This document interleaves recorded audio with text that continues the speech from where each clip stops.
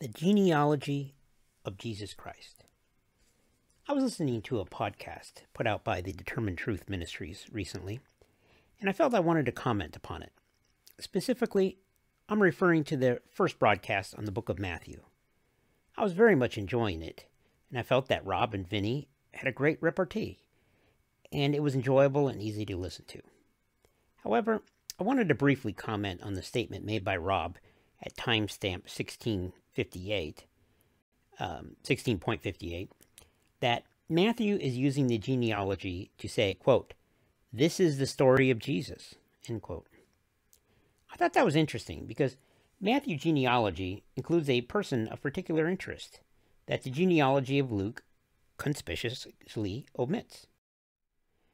The person I'm referring to is Jehoakim. Jehoakim is mentioned in Matthew's genealogy in verse 12.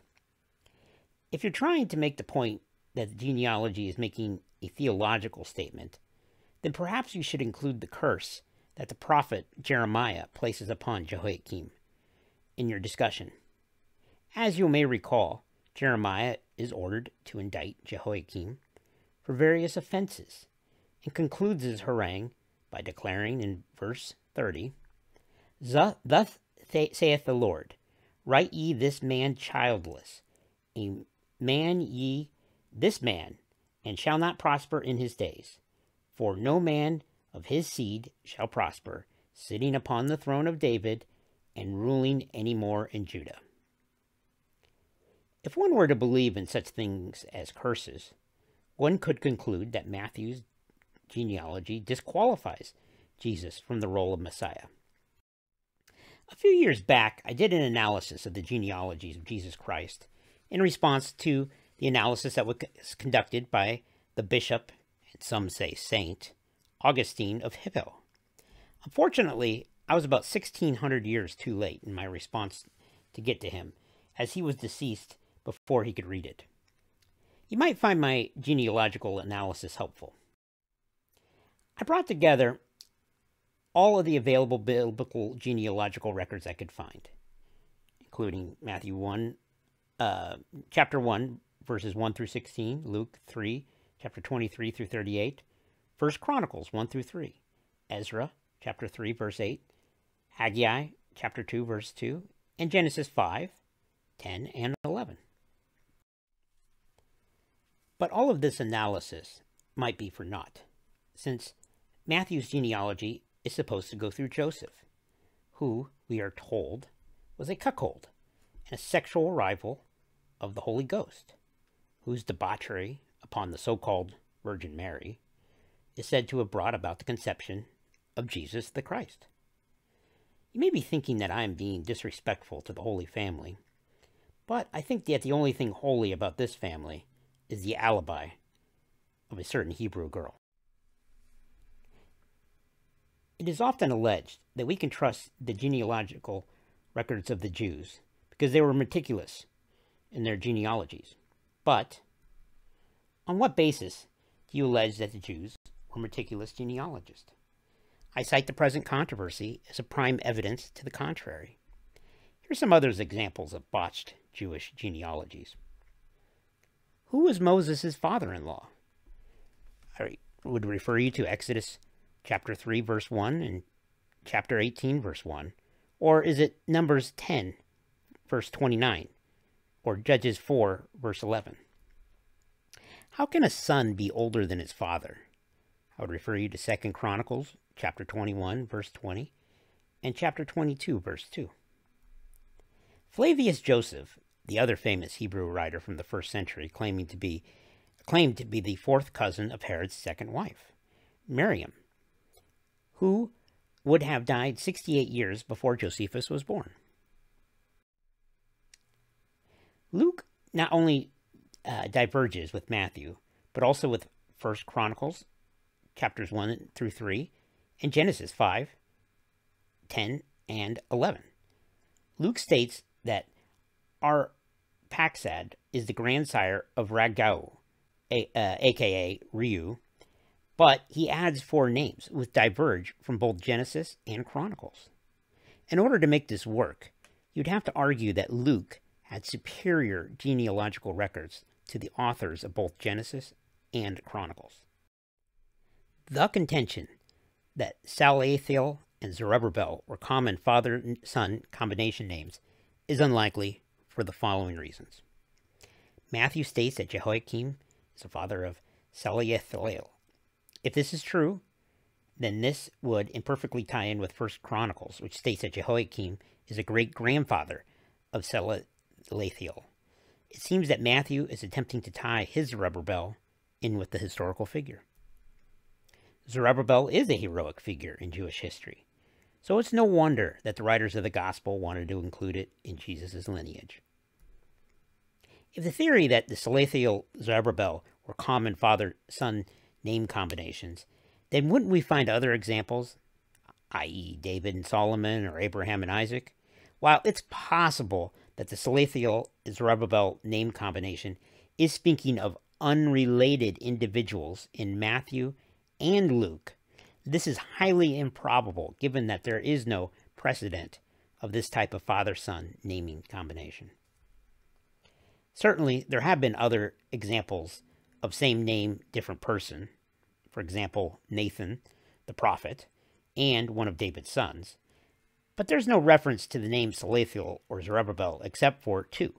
One, in the ancient Hebrew leader and his father, and two, the genealogy of Christ. The Levirate marriage theory presumes events which are not recorded in the Bible, or elsewhere for that matter. While it does not itself disprove the theory, it does, however, conveniently make it impossible to prove or disprove. The Joseph is the son-in-law of Heli presumes events which are not recorded in the Bible or elsewhere, which does not in of itself disprove this theory. It does, however, conveniently make it impossible to prove or disprove.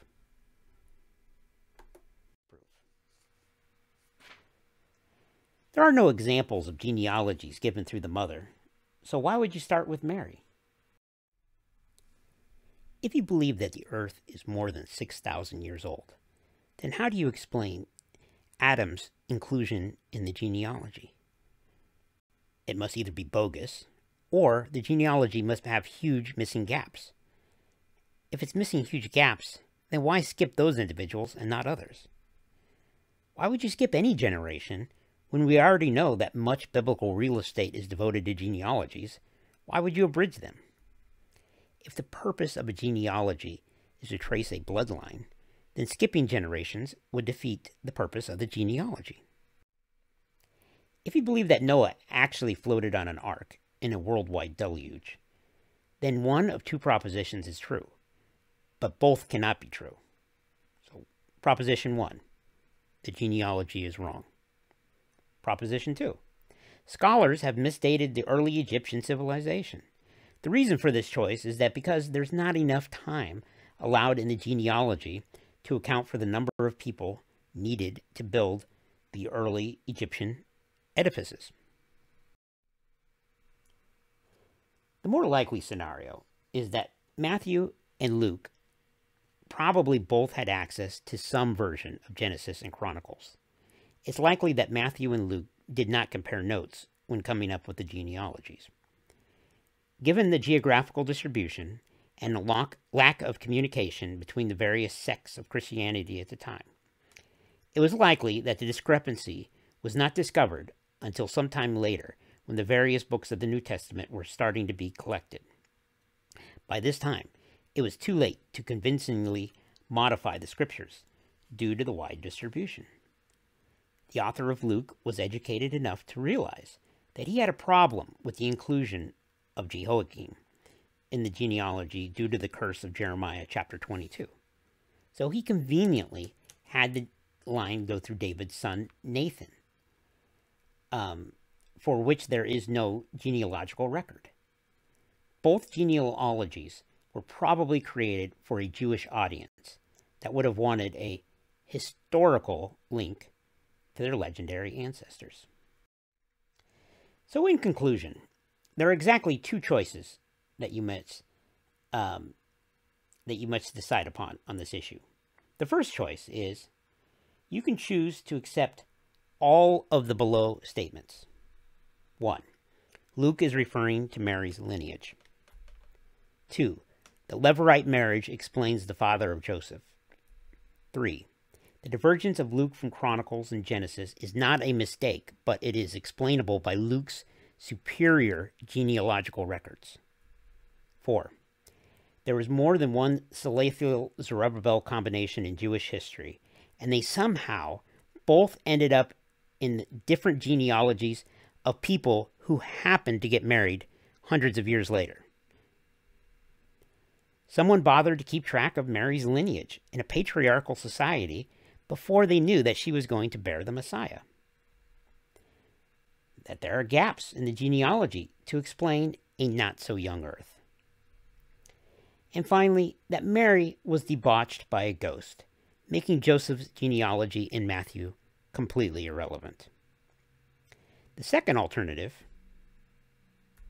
is that one or both of the genealogies have mistakes in them. So, which choice is more likely? Given that the Bible has other blatant historical contradictions in it, I think you need to take that into consideration. So, what do you think that the genealogy of Jesus Christ indicates?